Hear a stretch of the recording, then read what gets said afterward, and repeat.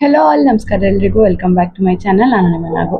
ಇವತ್ತಿನ ಈ ವಿಡಿಯೋದಲ್ಲಿ ನಾನು ಎಕ್ಸಾಮ್ ಸೆಂಟರ್ ಬಗ್ಗೆ ಮಾತಾಡ್ತಿದ್ದೀನಿ. ಅಂದ್ರೆ ನೀವೇನೆಲ್ಲ ತಗೊಂಡು ಹೋಗ್ಬೇಕು, ಅಲ್ಲಿ ಪ್ರೊಸೀಜರ್ ಏನಿರುತ್ತೆ, ಇದು ರಿಲೇಟೆಡ್ ಮಾತಾಡ್ತಿದ್ದೀನಿ. ಮೊದಲನೇದಾಗಿ ನಾವು ಅಡ್ಮಿಟ್ ಕಾರ್ಡ್ ಬಗ್ಗೆ ನೋಡೋದಾದ್ರೆ, ನೀವು ಅಡ್ಮಿಟ್ ಕಾರ್ಡ್ ಡೌನ್ಲೋಡ್ ಮಾಡ್ಕೊಂಡಿರ್ತೀರಲ್ವಾ, ಅದರಲ್ಲಿ ನಿಮ್ದು ಫೋಟೋ ಮಾತ್ರ ಪೇಸ್ಟ್ ಮಾಡಿ, ಇನ್ನೇನು ಫಿಲ್ ಮಾಡೋದಕ್ಕೆ ಹೋಗ್ಬೇಡಿ. ಅಲ್ಲಿ ಮೆನ್ಷನ್ ಮಾಡಿರ್ತಾರೆ ನಿಮ್ಗೆ ಏನಂತ ಹೇಳಿದ್ರೆ, ನೀವು ಯಾವ ಫೋಟೋ ಅಪ್ಲೋಡ್ ಮಾಡಿರ್ತೀರಾ ಅದೇ ಫೋಟೋನ ಪೇಸ್ಟ್ ಮಾಡಿರ್ಬೇಕು. ಅಂದ್ರೆ ಅದೆರಡು ಮ್ಯಾಚ್ ಆಗ್ಬೇಕು. ಅಂಡ್ ಹಾಗೇನೆ ಸಿಗ್ನೇಚರ್ ನೀವು ಅಪ್ಲೈ ಮಾಡುವಾಗ ಏನ್ ಸಿಗ್ನೇಚರ್ ಹಾಕಿರ್ತೀರಾ ಅದು ಮತ್ತೆ ನಮ್ದು ಏನಿರುತ್ತೆ ಅಡ್ಮಿಟ್ ಕಾರ್ಡ್ ಅಲ್ಲಿ ಮಾಡೋ ಸಿಗ್ನೇಚರು ಮ್ಯಾಚ್ ಆಗ್ಬೇಕು ಅಂತ. ಸೊ ನೀವು ಯಾವ ರೀತಿ ಸಿಗ್ನೇಚರ್ ಮಾಡಿರ್ತೀರಾ ಅನ್ನೋದು ನೆನಪಿರುತ್ತೆ ಅಲ್ವಾ, ಅದೇ ತರ ಮಾಡಿ. ಅಲ್ಲೊಂಥರ ಇಲ್ಲೊಂಥರ ಅಂತ ಮಾಡಕ್ ಹೋಗ್ಬೇಡಿ. ಅಂಡ್ ಹಾಗೇನೆ ನಾನು ಅವಾಗಲೇ ಹೇಳ್ದಂಗೆ ಫೋಟೋ ಏನಿರುತ್ತೆ ಬರೀ ಫೋಟೋನ ಮಾತ್ರ ಪೇಸ್ಟ್ ಮಾಡಿ. ಇಲ್ಲಿ ಸಿಗ್ನೇಚರ್ ಆಗಿರ್ಬೋದು, ಇಲ್ಲ ತಂಬ್ ಆಗಿರ್ಬೋದು, ಕ್ರಾಸ್ ಸಿಗ್ನೇಚರ್ ಮಾಡಿಸ್ತಾರೆ ಫೋಟೋ ಮೇಲೆಲ್ಲ, ಅದನ್ನೆಲ್ಲ ಅವ್ರು ಅಲ್ಲಿ ಇದ್ದಾಗ್ಲೇನೆ ನಾವು ಮಾಡ್ಬೇಕು. ಎಷ್ಟೊಂದ್ಸತಿ ಏನಾಗುತ್ತೆ, ಕ್ರಾಸ್ ಸಿಗ್ನೇಚರ್ ಮತ್ತೆ ಇಲ್ಲಿ ಸಿಗ್ನೇಚರ್ ಮಾಡ್ಕೊಂಡ್ ಬಂದ್ಬಿಟ್ಟಿರ್ತಾರೆ. ಕೆಲವೊಂದ್ಸತಿ ಏನಾಗುತ್ತೆ, ನಿಮ್ನ ವೆಯ್ಟ್ ಮಾಡಿಸ್ತಾರೆ.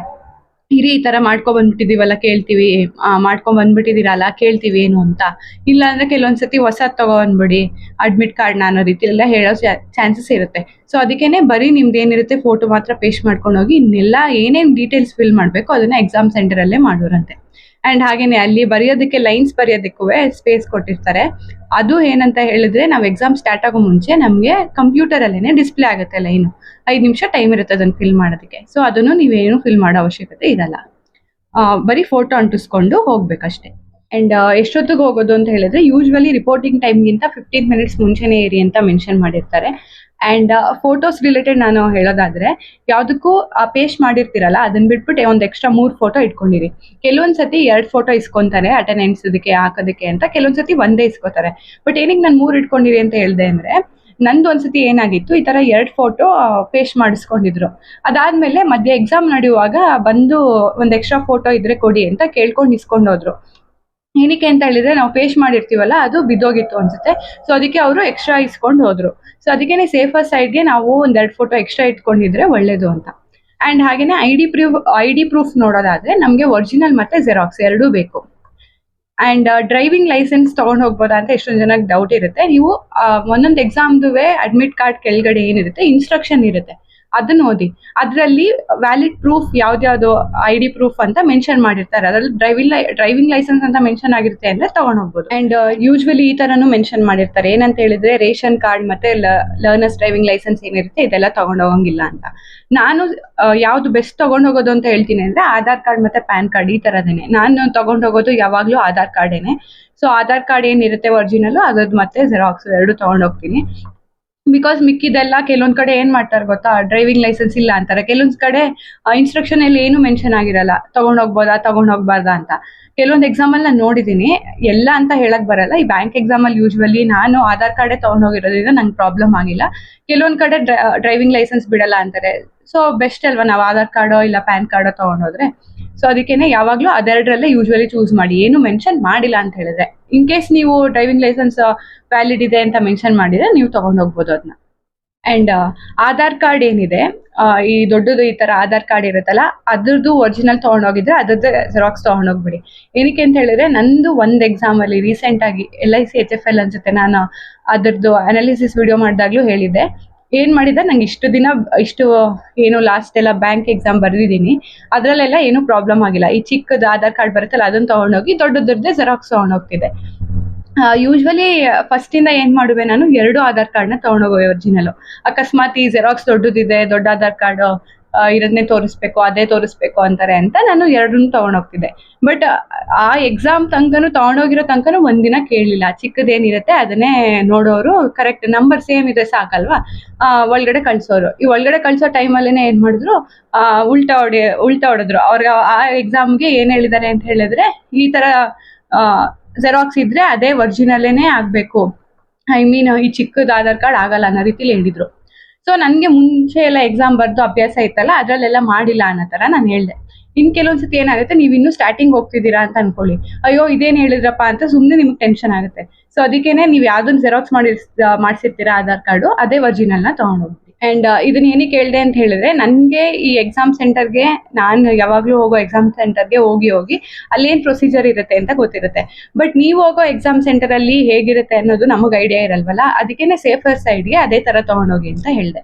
ಅಂಡ್ ನಮಗೆ RRB ಮೇನ್ಸ್ ಟೈಮಲ್ಲಿ ಏನು ಮಾಡಿದ್ರು ಅಂತ ಹೇಳಿದ್ರೆ, ನಾವು ಕನ್ಸೆಂಟು ಆಧಾರ್ ಕಾರ್ಡ್ ಅನ್ನೋದನ್ನ ಎಸ್ ಅಂತ ಕೊಟ್ಟಿರ್ತೀವಿ. ಸೊ ಅದು ಕೊಟ್ಟಾಗ ಏನಾಗಿತ್ತು, RRB ಮೇನ್ಸ್ ಟೈಮಲ್ಲಿ ಅಂತ ನನ್ಗನ್ಸುತ್ತೆ, ಅಲ್ಲಿ ಆಧಾರ್ ನಂಬರ್ನ ಅವರು ನಮ್ಮದು ಪ್ರೊಸೀಜರ್ ಏನಿರುತ್ತೆ ಅವಾಗ ವೆರಿಫೈ ಮಾಡುವ ಟೈಮಲ್ಲಿ ಅಪ್ಲೋಡ್ ಮಾಡಬೇಕಿತ್ತು. ಸೊ ಅದಕ್ಕೇನೆ ಸುಮಾರು ಜನದ ಹತ್ರ ಆಧಾರ್ ಕಾರ್ಡ್ ಇತ್ತು, ಅವ್ರದ್ದೆಲ್ಲ ಟಕ ಟಕ ಅಂತ ಆಯಿತು. ಆ್ಯಂಡ್ ಎಷ್ಟೊಂದು ಜನಕ್ಕೆ ಆಧಾರ್ ಕಾರ್ಡ್ ನೆನಪಿರುತ್ತೆ, ಅವ್ರದ್ದು ಬೇಗ ಬೇಗ ಆಗುತ್ತೆ. ಸೊ ಅದಕ್ಕೆ ನಾನೇನು ಹೇಳ್ತೀನಿ ಅಂತ ಹೇಳಿದ್ರೆ, ಸುಮ್ಮನೆ ಅದು ಕೊನೆ ತನಕ ಅಲ್ಲಿ ಪ್ರೊಸೀಜರ್ ಎಲ್ಲದೂ ಮುಗಿಯೋ ತನಕ ನಿಮ್ದು ಇನ್ನೂ ಆಗಿಲ್ಲ ಅಂತ ನಿಂತ್ಕೊಳ್ಳೋ ಬದಲು, ನೀವು ಯಾವ್ದು ಒರಿಜಿನಲ್ ಪ್ರೂಫ್ ತೊಗೊಂಡೋಗಿರ್ತೀರ, ಅದು ಜೆರಾಕ್ಸ್ ತೊಗೊಂಡಿರ್ತೀರ, ಅದನ್ನೇ ತೋರಿಸಿ. ಯಾವುದಕ್ಕೂ ಆಧಾರ್ ಕಾರ್ಡ್ದು ಅಟ್ಲೀಸ್ಟ್ ಫೋನಲ್ಲಿ ಯಾರು ಇಟ್ಕೊಂಡು ಹೋಗಿ, ಅಂದರೆ ಆ ನಂಬರ್ ಗಿಂಬರ್ ಕೇಳಿದ್ರೆ ನಿಮಗೆ ಪ್ರೊಸೀಜರ್ ಇದು ಮಾಡೋ ಟೈಮಲ್ಲಿ ಅಟ್ಲೀಸ್ಟ್ ನೀವು ಎಲ್ಲೋ ಒಂದು ಕಡೆ ಬರ್ಕೊಂಡು ತೊಗೊಂಡೋಗಿ ತೋರಿಸ್ಬೋದು, ಇದು ನನ್ನ ನಂಬರ್ ಅಂತ. ಇಲ್ಲ ಅಂತ ಹೇಳಿದ್ರೆ ಒರಿಜಿನಲ್ ಇತ್ತು ಅಂತ ಹೇಳಿದ್ರು ನಂಬರ್ದು ಕೊಡೋದಕ್ಕೆ ಹೆಲ್ಪ್ ಆಗುತ್ತೆ. ಏನೊಂದು ಎಕ್ಸ್ಟ್ರಾ ಪ್ರೂಫ್ ಇಟ್ಕೊಂಡ್ರೆ ಏನು ಪ್ರಾಬ್ಲಮ್ ಆಗಲ್ಲ. ಸೊ ಅದಕ್ಕೇನೆ ಯಾವಾಗಲೂ ಆಧಾರ್ನ ಕ್ಯಾರಿ ಮಾಡ್ಕೊಂಡು ಹೋಗಿ. ಬಿಕಾಸ್ ಈ ಥರ ಕನ್ಸೆಂಟ್ದು ಕೇಳಿದ್ದಾರೆ, ಇಲ್ಲ ನಾವು ಆಧಾರ್ ನಂಬರ್ ಅಪ್ಲೋಡ್ ಮಾಡಬೇಕು ಅಂತ ಕೇಳೋ ಟೈಮಲ್ಲಿ ನಮ್ಮ ಹತ್ರ ಆಧಾರ್ ಕಾರ್ಡ್ ಇದ್ದರೆ ಒಳ್ಳೆಯದು. ಆ್ಯಂಡ್ ಇದಿಷ್ಟು ಇನ್ಸ್ಟ್ರಕ್ಷನ್ಸ್ ಏನು ಹೇಳಿದೆ ನಾನು, ಅದು ಜನರಲ್ ಆಗಿ ಎಲ್ಲ ಎಕ್ಸಾಮ್ಗೂ ಆಗೋ ಥರ ಹೇಳಿದೆ.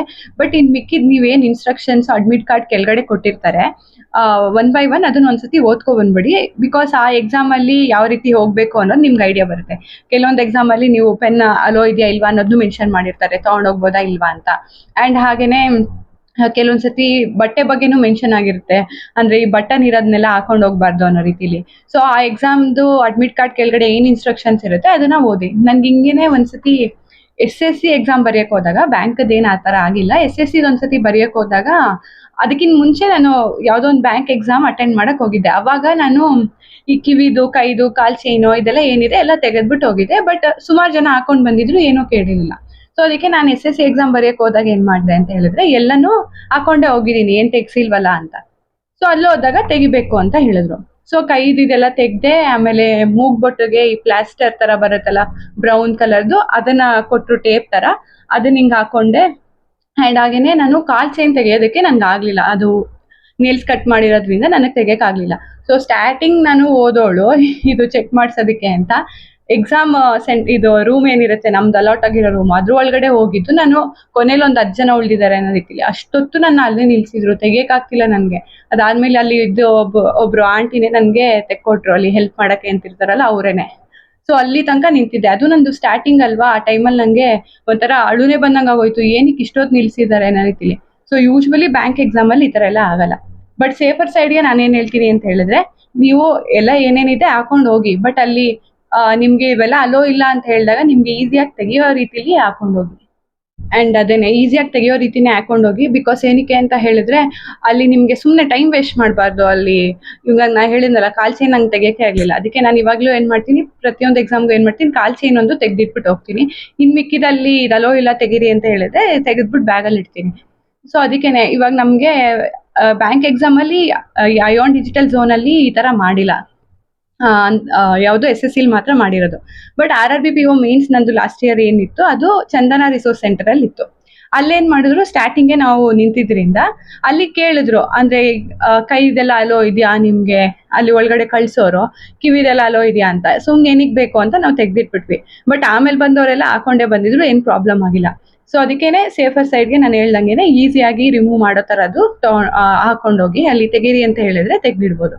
ಆ್ಯಂಡ್ ಹಾಗೇನೆ ಬಟ್ಟೆ ಬಗ್ಗೆ ಹೇಳೋದಾದ್ರೆ, ನಾನು ಯೂಶ್ವಲಿ ಕುರ್ತಾ ವೇರ್ ಮಾಡ್ತೀನಿ. ಬಿಕಾಸ್ ಅದು ಒಂಥರ ಕಂಫರ್ಟೇಬಲ್. ಇವಾಗ 1 ಅವರ್ ಎಕ್ಸಾಮ್ ಇರುತ್ತೆ, ಮೇನ್ಸ್ 2 ಗಂಟೆ 2 ಮುಕ್ಕಾಲು ಗಂಟೆ ಈ ಥರ ಎಲ್ಲ ಇದ್ದಾಗ ಆರಾಮಾಗಿ ಕೂತ್ಕೊಂಡು ನಮಗೆ ಎಕ್ಸಾಮ್ ಬರೆಯೋ ಥರ ಇರಬೇಕು. ಸೊ ನಿಮಗೆ ಯಾವುದು ಬಟ್ಟೆ ಕಂಫರ್ಟೇಬಲ್ ಇರುತ್ತೆ ಅದನ್ನು ಹಾಕೊಂಡೋಗಿ. ಆ್ಯಂಡ್ ಹಾಗೇನೆ ಬಟ್ಟೆ ಬಗ್ಗೆನೂ ಹೇಳಿದ್ನಲ್ಲ ಅವಾಗಲೇ, ಕೆಲವೊಂದು ಎಕ್ಸಾಮಲ್ಲಿ ಮೆನ್ಷನ್ ಮಾಡಿರ್ತಾರೆ ಯಾವ ರೀತಿ ಹಾಕೊಂಡು ಹೋಗ್ಬೋದು ಆ್ಯಂಡ್ ಯಾವ ರೀತಿ ಬಟ್ಟೆ ಹಾಕೊಂಡು ಬರಬಾರ್ದು ಅಂತ. ಸೊ ಹಾಕೊಂಡು ಬರಬೇಡಿ ಅಂತ ಮೆನ್ಷನ್ ಮಾಡಿರೋ ಬಟ್ಟೆನ ಹಾಕೊಂಡು ಹೋಗಬೇಡಿ. ಬಿಕಾಸ್ ಕೆಲವೊಂದು ಎಕ್ಸಾಮ್ ಸೆಂಟರ್ಗಳು ಏನಿಲ್ಲ ಬಿಡು ಅಂತ ಬಿಡ್ತಾರೆ. ಇನ್ನು ಕೆಲವೊಂದು ಎಕ್ಸಾಮ್ ಸೆಂಟರ್ಗಳು ಸ್ಟ್ರಿಕ್ಟ್ ಇರೋದ್ರಿಂದ ಕೊನೆ ತನಕ ವೆಯ್ಟ್ ಮಾಡಿಸ್ಬೋದು. ಅದಕ್ಕೇನೆ ಇದಿಷ್ಟು ಏನಿದೆ ಇದು ಬೇಸಿಕ್ ಇನ್ಫಾರ್ಮೇಷನ್. ಇದನ್ನ ಬಿಟ್ಬಿಟ್ಟು ಇನ್ನೂ ಏನಾದ್ರು ನಿಮಗೆ ಕೇಳೋದಿತ್ತು ಅಂದರೆ ನನಗೆ ಕಮೆಂಟಲ್ಲಿ ತಿಳಿಸಿ. ಆ್ಯಂಡ್ ಇಷ್ಟೊತ್ತು ಹೇಳಿದ್ನ ಶಾರ್ಟಾಗಿ ಹೇಳೋದಾದರೆ, ನೀವು ಏನೇನು ಕ್ಯಾರಿ ಮಾಡಬೇಕು ಅಂತ ಹೇಳಿದ್ರೆ, ಅಡ್ಮಿಟ್ ಕಾರ್ಡ್ ತೊಗೊಂಡೋಗ್ಬೇಕು, ಅದರಲ್ಲಿ ಫೋಟೋ ಪೇಸ್ಟ್ ಆಗಿರಬೇಕು, ಫೋಟೋಗೂ ಅದಕ್ಕೂ ಮ್ಯಾಚ್ ಆಗಬೇಕು. ಆ್ಯಂಡ್ ಹಾಗೇನೆ ಒಂದು 3 ಫೋಟೋ ಎಕ್ಸ್ಟ್ರಾ ಎತ್ಕೊಂಡು ಹೋಗಿರಿ. ಒರಿಜಿನಲ್ ID ಪ್ರೂಫ್ ಜೊತೆಗೆ ಅದ್ರ ಜೆರಾಕ್ಸ್ ಪ್ರೂಫು ಇರಬೇಕು. ಆ್ಯಂಡ್ ಹಾಗೇನೆ ಪೆನ್ ಏನು ಮಾಡಿ ಅಂತ ಹೇಳಿದ್ರೆ ಪೆನ್ ತೊಗೊಂಡೋಗಿರಿ. ಅಲ್ಲಿ ಪೆನ್ ಅಲ್ಲೋ ಇಲ್ಲ ಅಂತ ಹೇಳಿದ್ರೆ ನೀವು ಬ್ಯಾಗಿಗೆ ತೊಗೊಂಡೋಗಿರ್ತೀರ ಅಲ್ವಾ, ಅವಾಗ ಅದನ್ನ ಇಟ್ಬಿಟ್ಟು ಅವ್ರು ಕೊಡೋ ಪೆನ್ನಲ್ಲೇ ಎಕ್ಸಾಮ್ ಬರಿಬೋದು. ಸೊ ಅಲೋ ಇದೆ ಅಂತ ಹೇಳಿದ್ರೆ ನೀವು ತೊಗೊಂಡು ಹೋಗೋದ್ರಲ್ಲೇ ಬರಿಬೋದು. ಸೊ ಅದೇನು ಪ್ರಾಬ್ಲಮ್ ಆಗಲ್ಲ. ಆ್ಯಂಡ್ ಹಾಗೇನೆ ಇದೆಲ್ಲ ಬಿಟ್ಬಿಟ್ಟು ಇನ್ನು ನಾನು ಹೇಳಿದ್ನಲ್ಲ, ಕೆಲವೊಂದು ಆಕ್ಸೆಸರೀಸ್ ಬಗ್ಗೆ, ಕೆಲವೊಂದು ಬಟ್ಟೆ ಬಗ್ಗೆ ಎಲ್ಲ ಕೆಲವೊಂದು ಎಕ್ಸಾಮಲ್ಲಿ ಇನ್ಸ್ಟ್ರಕ್ಷನಲ್ಲಿ ಮೆನ್ಷನ್ ಮಾಡಿರ್ತಾರೆ. ಸೊ ಅದಕ್ಕೇನೆ ಇದೇನಿದೆ ಇದು ನಾನು ಬೇಸಿಕ್ ಇನ್ಫಾರ್ಮೇಷನ್ ಹೇಳಿದ್ದು. ಇನ್ನೂ ಡೀಟೇಲ್ ಆಗಿ ಪ್ರತಿಯೊಂದು ಎಕ್ಸಾಮಲ್ಲೂ ಒಂದೊಂದು ಥರ ಇರೋದ್ರಿಂದ ಅಲ್ಲಿ ಅಡ್ಮಿಟ್ ಕಾರ್ಡಲ್ಲಿ ಕೆಳಗಡೆ ಕೊಟ್ಟಿರೋ ಇನ್ಸ್ಟ್ರಕ್ಷನ್ಸ್ನ ಕರೆಕ್ಟಾಗಿ ಒಂದ್ಸತಿ ಓದ್ಕೊಂಡು ಎಕ್ಸಾಮ್ಗೆ ಹೋಗಿ. ಇನ್ನು ಎಕ್ಸಾಮ್ ಸೆಂಟರ್ಗೆ ಹೋದ್ಮೇಲೆ ಏನೆಲ್ಲ ಪ್ರೊಸೀಜರ್ಗಳಿರುತ್ತೆ ಅಂತ ಹೇಳಿದ್ರೆ, ಯೂಶ್ವಲಿ ನಿಮಗೆ 15 ಮಿನಿಟ್ಸ್ ರಿಪೋರ್ಟಿಂಗ್ ಟೈಮ್ಗಿಂತ 15 ಮಿನಿಟ್ಸ್ ಮುಂಚೆನೇ ಇರಿ ಅಂತ ಹೇಳ್ತಾರೆ. ಆ್ಯಂಡ್ ನಮಗೆ ನಾರ್ಮಲ್ ಆಗಿ ಪ್ರಿಲಿಮ್ಸ್ ಎಕ್ಸಾಮಲ್ಲಿ ಏನಿರುತ್ತೆ, ರಿಪೋರ್ಟಿಂಗ್ ಟೈಮ್ಗೆ ಮತ್ತೆ ನಮ್ಗೆ ಎಕ್ಸಾಮ್ ಸ್ಟಾರ್ಟ್ ಆಗೋದಕ್ಕೆ 1 ಅವರ್ ಟೈಮ್ ಇರುತ್ತೆ. ಅವ್ರದ್ದು ಏನೇನಿರುತ್ತೆ ಪ್ರೊಸೀಜರ್ ಎಲ್ಲ ಮುಗಿಸ್ಕೊಳ್ಳೋದಕ್ಕೆ. ನಾನು ಯೂಶ್ವಲಿ ರಿಪೋರ್ಟಿಂಗ್ ಟೈಮ್ಗಿಂತ ಏನು ಮಾಡ್ತೀನಿ, ಒಂದು 20 to 30 ಮಿನಿಟ್ಸ್ ಮುಂಚೆನೇ ಇರ್ತೀನಿ. ಅಂದರೆ ಕೆಲವೊಂದ್ಸತಿ 10 ನಿಮಿಷ ಬೇಗ ಬಿಟ್ಕೊತಾರೆ, ಕೆಲವೊಂದ್ಸತಿ ಆನ್ ಟೈಮ್ ಬಿಟ್ಕೋತಾರೆ. ಬೇಗ ಒಳಗಡೆ ಹೋಗಿ ಕೂತ್ಕೊಂಡ್ಬಿಟ್ರೆ ನಮಗೂ ಆರಾಮು ಅಂತ. ಅದನ್ನೇ ಅವರು ಒಳಗಡೆ ಗೇಟ್ ಒಳಗಡೆ ಬಿಟ್ಕೊಂಡ್ಮೇಲೆ ಅಲ್ಲಿ ಲಿಸ್ಟ್ ಹಾಕಿರ್ತಾರೆ. ಅಂದ್ರೆ ರಿಜಿಸ್ಟರ್ ನಂಬರ್, ರೋಲ್ ನಂಬರ್ ಏನಿರುತ್ತೆ ಅದರದ್ದು ಯಾವ್ಯಾವ ಫ್ಲೋರ್ ಅಲ್ಲಿ ನಮ್ಗಿರುತ್ತೆ ಅನ್ನೋದು ಲಿಸ್ಟ್ ಹಾಕಿರ್ತಾರೆ. ಅವ್ರ ಅಡ್ಮಿಟ್ ಕಾರ್ಡ್ ಅಲ್ಲಿ ಬಾರ್ಕೋಡ್ ಇರುತ್ತೆ, ಅದನ್ನ ಸ್ಕ್ಯಾನ್ ಮಾಡಿನೂ ಅವ್ರು ಹೇಳ್ಬೋದು ನಮ್ಗೆ ಯಾವ ಫ್ಲೋರ್ ಅಲ್ಲಿ ನಮ್ದು ಎಕ್ಸಾಮ್ ಇದೆ ಅನ್ನೋದನ್ನ ಅವ್ರು ಆ ತರ ಹೇಳ್ಬೋದು. ಅಂಡ್ ಹಾಗೇನೆ ಇಲ್ಲಿ ಒಳಗಡೆ ಹೋಗೋ ಟೈಮಲ್ಲಿನೇ ನೋಡ್ತಾರೆ ಅಡ್ಮಿಟ್ ಕಾರ್ಡ್ ಇದೆಯಾ, ಅದಕ್ಕೆ ಫೋಟೋ ತಂದಿದ್ದೀರಾ, ಅಂಡ್ ಆಧಾರ್ದು ಅಥವಾ ಏನೋ ಒಂದು ಒರಿಜಿನಲ್ ಪ್ರೂಫ್ ತಂದಿದ್ದೀರಾ, ಅದರ ಜೆರಾಕ್ಸ್ ಇದೆಯಾ ಅಂತ ನೋಡ್ಬಿಟ್ಟೇನೆ ಒಳಗಡೆ ಬಿಡ್ತಾರೆ. ಅಂಡ್ ನಮ್ದು ಅದೆಲ್ಲ ಇಲ್ಲಿ ಮುಗಿಸ್ಕೊಂಡು ಯಾವ ಫ್ಲೋರು ಅಂತ ನಾವು ಅಲ್ಲಿ ಬ್ಯಾಗ್ ಎಲ್ಲ ಇಟ್ಬಿಟ್ಟು ಹೋಗ್ಬೇಕು. ನಮ್ಮ ಫ್ಲೋರ್ಗೆ ಹೋದ್ಮೇಲೆ ಅಲ್ಲಿ ಇನ್ನೊಂದ್ಸತಿ ಚೆಕ್ ಮಾಡ್ತಾರೆ, ಪ್ರೂಫ್ ನೋಡ್ತಾರೆ, ಕರೆಕ್ಟ್ ಆಗಿ ಒರಿಜಿನಲ್ದೇ ಇದೆಯಾ ಅಂತ ನೋಡ್ಬಿಟ್ಟು ಸೀಲ್ ಹಾಕ್ಬಿಟ್ಟು ನಮಗೆ ಕಳಿಸ್ತಾರೆ. ಅಲ್ಲಿ ಸೀಲ್ ಹಾಕ್ಬಿಟ್ಟು ಕಳಿಸಿದ್ಮೇಲೆ ಸುಮಾರು ಜನ ಅಲ್ಲಿ ಇರ್ತಾರೆ. ನಮ್ದು ಏನಿರುತ್ತೆ ರಿಜಿಸ್ಟರ್ ನಂಬರ್ ತಗೊಂತಾರೆ. ರಿಜಿಸ್ಟರ್ ನಂಬರ್ ತಗೊಂಡ್ಬಿಟ್ಟು ಅಲ್ಲಿ ಬಯೋಮೆಟ್ರಿಕ್ ಏನಾದ್ರು ಪ್ರೊಸೀಜರ್ಗಳಿತ್ತು ಅಂತ ಹೇಳಿದ್ರೆ ಅದನ್ನ ಮುಗಿಸ್ಕೊಂಡು ಯಾವ ಸಿಸ್ಟಮ್ ಅಲ್ಲಿ ನಮ್ಮ ಎಕ್ಸಾಮು ಅನ್ನೋದನ್ನ ತಿಳಿಸ್ತಾರೆ. ಅಂಡ್ ನಮ್ಮ ಸಿಸ್ಟಮ್ ಅಲ್ಲಿ ನಾವು ಕುತ್ಕೊಂಡ್ಮೇಲೆ ಆ ಸಿಸ್ಟಮ್ ಅಲ್ಲಿ ಏನಿರುತ್ತೆ ನಮ್ಮ roll number or register number ಏನಿರುತ್ತೆ ಅದು, ಅಂಡ್ ಹಾಗೆ ನಮ್ಮ ಫೋಟೋ ಡಿಸ್ಪ್ಲೇ ಆಗ್ತಿರುತ್ತೆ. ನೀವು ಒಂದ್ಸತಿ ಚೆಕ್ ಮಾಡ್ಕೊಂಡ್ಬಿಡ್ಬೇಕು ನಿಮ್ದೇ ಇದೆಯಾ ಅಥವಾ ಬೇರೆಯವ್ರದ್ದು ಏನಾರು ಇದೆಯಾ ಅಂತ. ಬೇರೆಯವ್ರದ್ದಿತ್ತು ಅಂತ ಹೇಳಿದ್ರೆ ನೀವು ಅಲ್ಲಿ ಯಾರು ಇರ್ತಾರಲ್ಲ ಅವ್ರ ಹತ್ರ ಹೇಳಿದ್ರೆ ಆಯ್ತು ಈ ತರ ನಂದಿಲ್ಲ ಅನ್ನೋ ರೀತಿಲಿ. ಅಂಡ್ ಹಾಗೇನೆ ಅಲ್ಲಿ ಹೋಗಿ ಕುತ್ಕೊಂಡ್ಮೇಲೆ ನಿಮ್ಗೆ ಎಕ್ಸಾಮ್ ಶುರು ಆಗೋದಕ್ಕೆ ಎಷ್ಟಿದೆ ಇನ್ನು ಟೈಮ್ ಅನ್ನೋದನ್ನು ತೋರಿಸ್ತಿರ್ತಾರೆ. ಅಂಡ್ ಕುತ್ಕೊಂಡ್ಮೇಲೆ ನಿಮ್ದು ಅಟೆಂಡೆನ್ಸ್ ತಗೊಳಕ್ಕೆ ಅಂತ ಬರ್ತಾರೆ. ಅದೇ ಅವಾಗ ಫೋಟೋ ಪೇಸ್ಟ್ ಮಾಡಿಸ್ಕೋತಾರೆ, ಸೈನು ತಂಬು ಇದೆಲ್ಲ ಮಾಡ್ತಾರೆ. ಅದಾದ್ಮೇಲೆ ಅಡ್ಮಿಟ್ ಕಾರ್ಡ್ ಅಲ್ಲಿ ನಮ್ದು ಏನಿರುತ್ತೆ ಫಿಲ್ ಮಾಡೋದು ಅದು ಅವಾಗ್ಲೇನೆ ಅವ್ರ ಸಿಗ್ನೇಚರ್ ಹಾಕ್ತಾರೆ, ಆಮೇಲೆ ಕ್ರಾಸ್ ಸಿಗ್ನೇಚರ್ ಹಾಕಿ ಅಂತಾರೆ. ಅದಾದ್ಮೇಲೆ ನಾವು ಪ್ರೂಫ್ ಏನ್ ತಗೊಂಡೋಗಿರ್ತೀವಿ ಜೆರಾಕ್ಸ್ ಅಲ್ಲಿ ನಮ್ದು ರಿಜಿಸ್ಟರ್ ನಂಬರು, ಆಮೇಲೆ ಪಾಸ್ವರ್ಡ್, ನೇಮ್ ಬರ್ದು ಸೈನ್ ಹಾಕಿ ಅನ್ನೋ ರೀತಿಲೆಲ್ಲ ಹೇಳ್ತಾರೆ. ಸೊ ಇದೆಲ್ಲ ನೀವು ಅಲ್ಲೋದ್ಮೇಲೆ ಮಾಡ್ಬೇಕಾಗಿರೋ ಪ್ರೊಸೀಜರ್ಗಳು. ಅಂಡ್ ಎಕ್ಸಾಮ್ ಸೈನ್ ಇನ್ ಮಾಡೋ ಟೈಮಲ್ಲಿ ಅವ್ರು ಹೇಳ್ತಾರೆ ಇವಾಗ ನೀವು ಸೈನ್ ಇನ್ ಮಾಡಿ. ಅದಾದ್ಮೇಲೆ ಅವ್ರು ಏನೇನು ಇನ್ಸ್ಟ್ರಕ್ಷನ್ಸ್ ಇರುತ್ತೆ ಎಲ್ಲ ಹೇಳ್ತಾರೆ, ಅಲ್ಲಿ ಎಸ್ ಕೊಡೋದಿರುತ್ತೆ. ಅಂಡ್ ಹಾಗೇನೆ ಕೆಲವೊಂದ್ಸತಿ ಇನ್ಸ್ಟ್ರಕ್ಷನ್ ಓದಿದ್ಮೇಲೆ ಕೆಳಗಡೆ ಬಂದಿತರ ಟಿಕ್ ಹಾಕೋದಿರುತ್ತೆ. ಅದಾದ್ಮೇಲೆ I am ready to begin exam ಅನ್ನೋ ತರ ಕೊಡೋದಿರುತ್ತೆ. ಅದೆಲ್ಲ ಅವ್ರು ಹೇಳೋ ಟೈಮಲ್ಲೇ ನೀವು ಕೊಡಿ. ಅದಾದ್ಮೇಲೆ ಎಕ್ಸಾಮ್ ಶುರು ಆಗೋ 5 ಮಿನಿಟ್ಸ್ ಮುಂಚೆ ನಿಮ್ಗೆ ಏನಿರುತ್ತೆ ಅದೇ ನಾನು ಹೇಳಿದ್ನಲ್ಲ ಅಡ್ಮಿಟ್ ಕಾರ್ಡ್ ಅಲ್ಲಿ ಲೈನ್ಸ್ ಫಿಲ್ ಮಾಡಬೇಕು ಅಂತ, ಅದು ಅವಾಗ ಡಿಸ್ಪ್ಲೇ ಆಗುತ್ತೆ. ಸೊ ನೀವು ಸ್ವಲ್ಪ ಕೆಳಗಡೆ ಸ್ಕ್ರಾಲ್ ಮಾಡ್ಬಿಟ್ಟು ನೋಡ್ಬೇಕು ಡಿಸ್ಪ್ಲೇ ಆಗೋ ಲೈನು. ಸೊ ಏನ್ ಮಾಡಿ ಅಂತ ಹೇಳಿದ್ರೆ ನಿಮ್ಗೆ ಏನ್ ಬರಿಬೇಕು ಅಂತ ಗೊತ್ತಾಗ್ಲಿಲ್ಲ ಅಂತ ಹೇಳಿದ್ರೆ ಅಲ್ಲಿ ಒಂದ್ಸತಿ ಕೇಳ್ಬಿಡಿ. ಸುಮ್ನೆ ಏನೇನೋ ಬರ್ದು ಸ್ಕ್ರಾಚ್ ಮಾಡೋದು ಬೇಡ. ಅದಕ್ಕೇನೆ ಅಲ್ಲಿ ಒಂದ್ಸತಿ ಅವ್ರನ್ನ ಕೇಳ್ಬಿಡಿ ಏನ ಫಿಲ್ ಮಾಡ್ಬೇಕು ಅಂತ. ಅವ್ರು ಬಂದು ಹೇಳ್ತಾರೆ, ಯಾರಿಗೂ ಏನ್ ಬೈಯಲ್ಲ, ನೀಟಾಗೇನೆ ಹೇಳ್ತಾರೆ. ಸೊ ಅದನ್ನ ಫಿಲ್ ಮಾಡಿದ್ಮೇಲೆ ನಿಮ್ದು ಅಲ್ಲಿ ಸೇವ್ ಮಾಡಿ ಸಬ್ಮಿಟ್ ಮಾಡಿ ಅನ್ನೋದನ್ನ ಅವ್ರು ಹೇಳ್ತಾರೆ. ನಮ್ಗೆ ಯೂಶುವಲಿ ಎಕ್ಸಾಮ್ ಸೆಂಟರ್ ಅಲ್ಲಿ ಎಲ್ಲ ಅವರೇ ಹೇಳ್ತಾರೆ. ಅಂಡ್ ಅದನ್ನೇ ಸಬ್ಮಿಟ್ ಮಾಡಿದ್ಮೇಲಿಂದ ನಿಮ್ಗೆ ಏನಾಗುತ್ತೆ ಎಕ್ಸಾಮ್ ಶುರು ಆಗುತ್ತೆ. ಅಂಡ್ ಸೆಕ್ಷನಲ್ ಟೈಮ್ ಇರೋದ್ರಿಂದ ಸುಮಾರು ಎಕ್ಸಾಮ್ ಅಲ್ಲಿ ನಮ್ಗೆ ಏನಾಗುತ್ತೆ ಅಲ್ಲಿ 20 ಮಿನಿಟ್ಸ್ ಇರುತ್ತಲ್ವಾ. ಸೊ 20 ಮಿನಿಟ್ಸ್ ಆಗ್ತಿದಂಗೆ ನೆಕ್ಸ್ಟ್ ಸೆಕ್ಷನ್ ಅದಾಗದೇನೆ ಹೋಗುತ್ತೆ. ಸೊ ನಾವೇನು 20 ಮಿನಿಟ್ಸ್ ಆಯ್ತಾ ಸಬ್ಮಿಟ್ ಕೊಟ್ಟು ಹೋಗ್ಬೇಕು ಅನ್ನೋದಿಲ್ಲ. ಅದಾದ್ಮೇಲೆ ಏನಾಗುತ್ತೆ ಕೊನೆ ಕ್ವಶನ್ ಮಾಡ್ತಾ ಇರ್ತೀರಾ, ಒಂದ್ಸತಿ ಟೈಮ್ ನೋಡ್ಕೊಂಡ್ಬಿಡಿ ಎಷ್ಟಾಗಿರುತ್ತೆ ಅಂತ. ಅಷ್ಟು ಸೆಕೆಂಡ್ ಒಳಗಡೆ ಮಾಡಿದ್ರೆ ಒಳ್ಳೇದು. ಕೆಲವೊಂದ್ಸತಿ ಏನಾಗಿರುತ್ತೆ ಅಂತ ಹೇಳಿದ್ರೆ ಫುಲ್ಲು ಸಾಲ್ವ್ ಮಾಡಿರ್ತೀವಿ, ಸೊ ಅದನ್ನ ಆನ್ಸರಿಂಗ್ ಮಾಡೋ ಅಷ್ಟರಲ್ಲಿ ನೆಕ್ಸ್ಟ್ ಸೆಕ್ಷನ್ಗೆ ಹೋಗ್ಬಿಟ್ಟಿರುತ್ತೆ. ಸೊ ಈ ತರ ಎಲ್ಲ ಆಗೋ ಬದಲು ಅವಾಗ ಸ್ವಲ್ಪ ಟೈಮ್ ಎಷ್ಟಿದೆ ಅಂತ ನೋಡ್ಕೊಳ್ಳಿ. ಅಂದ್ರೆ ಇನ್ನೇನು ಎಂಡಿಗೆ ಬರ್ತಿದ್ದೀರಾ ಅಂತ ಹೇಳಿದಾಗ. ಸೊ ಅದೇನೆ ಸೆಕ್ಷನ್ ಟೈಮ್ ಇದ್ದಾಗ ತಾನೇ ನೆಕ್ಸ್ಟ್ ಸೆಕ್ಷನ್ಗೆ ಹೋಗುತ್ತೆ ಅದು.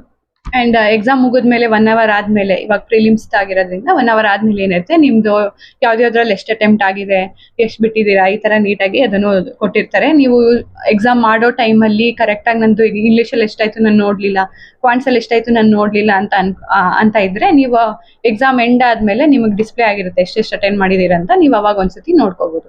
ಇನ್ನೇನು 27th NICL ಅಸಿಸ್ಟೆಂಟ್ ಎಕ್ಸಾಮ್ ಇದೆ, ಅದೇ ನಿಮ್ಮ ಫಸ್ಟ್ ಎಕ್ಸಾಮ್ ಅಂತ ಹೇಳಿದ್ರೆ ಭಯ ಪಡ್ಕೋಬೇಡಿ.